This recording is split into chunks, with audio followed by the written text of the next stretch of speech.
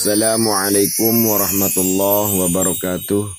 Bismillah, alhamdulillah, wassalatu wassalamu ala rasulillah Sayyidina wa maulana Muhammad ibn Abdullah wa ala alihi wa sahbihi wa mawalah, amma ba'du. Kita berjumpa lagi dalam perkuliahan manajemen sarana dan prasarana pendidikan. Pada kesempatan kali ini kita akan membahas tentang materi bagian daripada konsep perencanaan, pengadaan, penyaluran, penyimpanan, inventarisasi, dan pemeliharaan penghapusan. Sebelum ke materi, mari teman-teman semua kita pahami dulu konsep manajemen sarana dan prasarana pendidikan.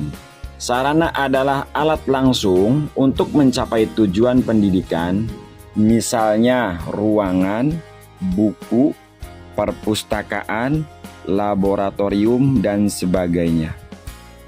Sarana pendidikan antara lain bangunan dan perabotan sekolah, alat pelajaran yang terdiri atas pembukuan, alat-alat peraga dan laboratorium, serta media pendidikan yang dapat dikelompokkan menjadi audiovisual yang menggunakan alat terampil.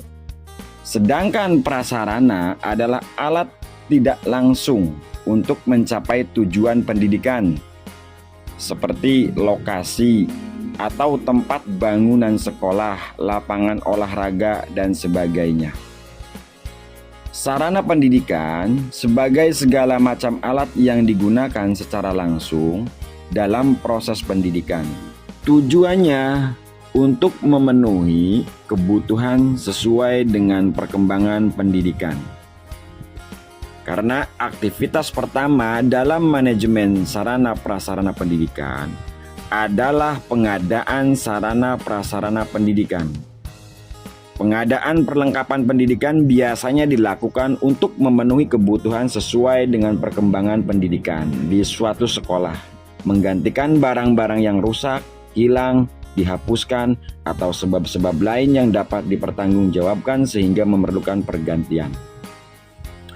Dan untuk menjaga tingkat persediaan barang setiap tahun dan anggaran mendatang, pengadaan perlengkapan pendidikan seharusnya direncanakan dengan hati-hati sehingga semua pengadaan perlengkapan sekolah itu selalu sesuai dengan pemenuhan kebutuhan di sekolah. Jadi kesimpulannya, proses kerjasama padayunganan semua sarana dan prasarana pendidikan secara efektif dan efisien. Perencanaan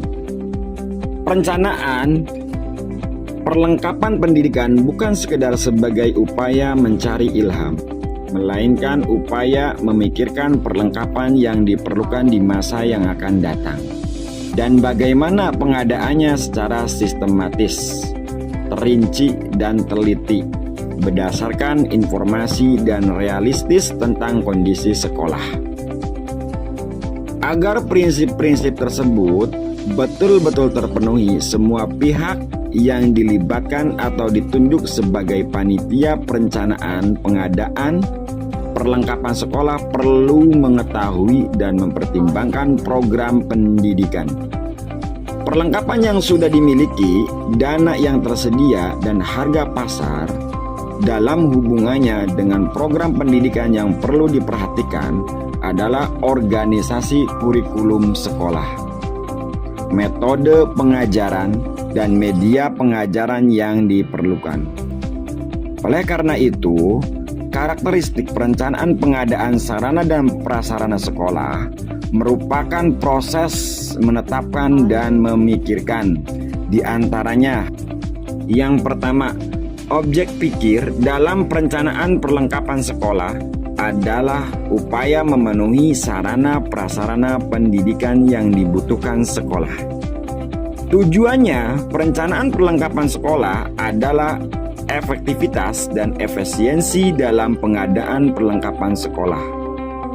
Maka harus betul-betul merupakan proses intelektual, didasarkan pada analisis kebutuhan melalui studi komprehensif mengenai masyarakat sekolah dan kemungkinan pertumbuhannya serta prediksi populasi sekolah. Harus juga realistis sesuai dengan kenyataan anggaran. Visualisasi hasil perencanaan perlengkapan sekolah harus jelas dan terinci, baik jumlah, jenis, merek, dan harganya. Pengadaan. Setelah rencana pengadaan sarana dan prasarana dibuat, langkah berikutnya yaitu pengadaan sarana dan prasarana sesuai dengan kebutuhan sekolah. Pengadaan sarana dan prasarana ini bisa dilakukan dengan membeli atau meminta sumbangan. Bisa juga pengajuan ke pemerintah untuk sekolah-sekolah negeri dan pengajuan ke pihak yayasan untuk sekolah-sekolah swasta. Pengajuan ke komite sekolah atau dewan sekolah, tukar-menukar dengan sekolah lain, dan menyewa. Khusus pengadaan yang dilakukan dengan nyewa ini umumnya pada sekolah-sekolah atau lembaga pendidikan yang belum mempunyai prasarana dan sarana sendiri. Sementara keperluan yang sudah mendesak tidak bisa ditunda lagi. Guna mengadakan sarana dan prasarana sekolah, perlu ditetapkan aspek fungsi atau utilitas dan standar kualitasnya.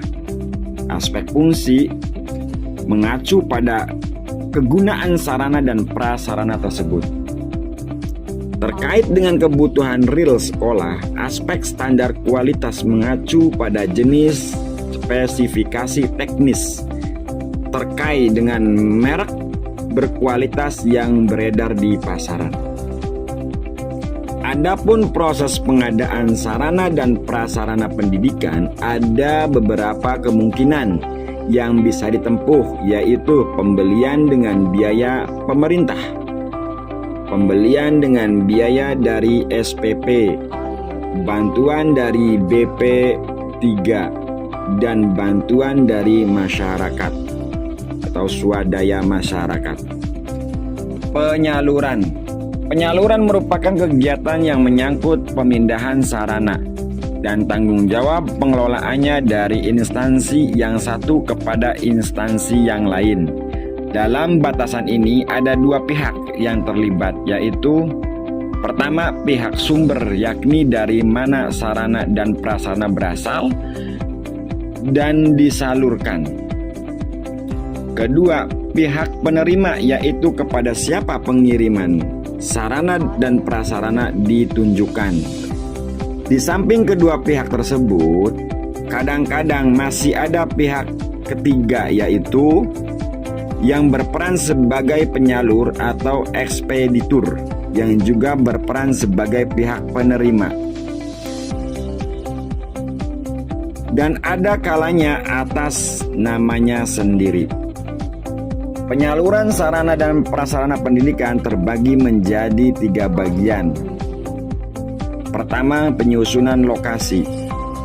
Penyusunan lokasi agar pembagian pendistribusian barang merata dan seimbang dengan kebutuhan pemakaiannya masing-masing. Maka perlu disusun alokasi kuantitas dan frekuensi pendistribusiannya.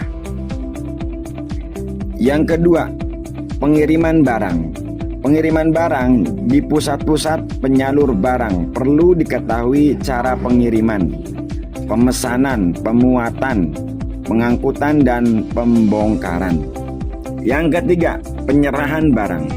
Dalam penyerahan barang sebaiknya tidak dilupakan untuk mengisi daftar penyerahan barang, surat pengantar, faktur, tanda terima penyerahan barang, biaya pengiriman, dan lain-lain.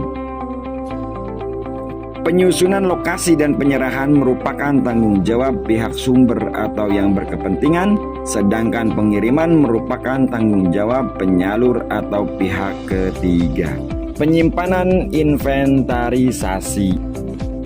Penyimpanan adalah kegiatan yang dilakukan untuk menampung hasil pengadaan dan umumnya barang tersebut adalah milik negara pada wadah atau tempat yang telah disediakan.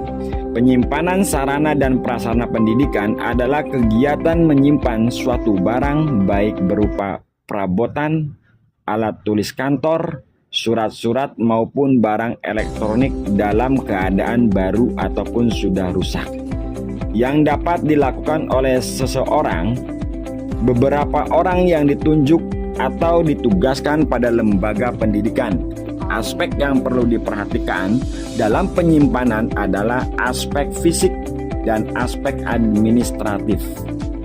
Aspek fisik dalam penyimpanan adalah wadah yang diperlukan untuk menampung barang milik negara berasal dari pengadaan. Inventarisasi. Inventarisasi sarana dan prasarana memiliki dua kemampuan. Yang pertama adalah mengontrol sarana dan prasarana melalui kode barang yang ditawarkan, nama barang, mata air produk, jumlah barang dengan tanggal pembelian produk, transportasi, sumber mata air, dan penggambaran produk.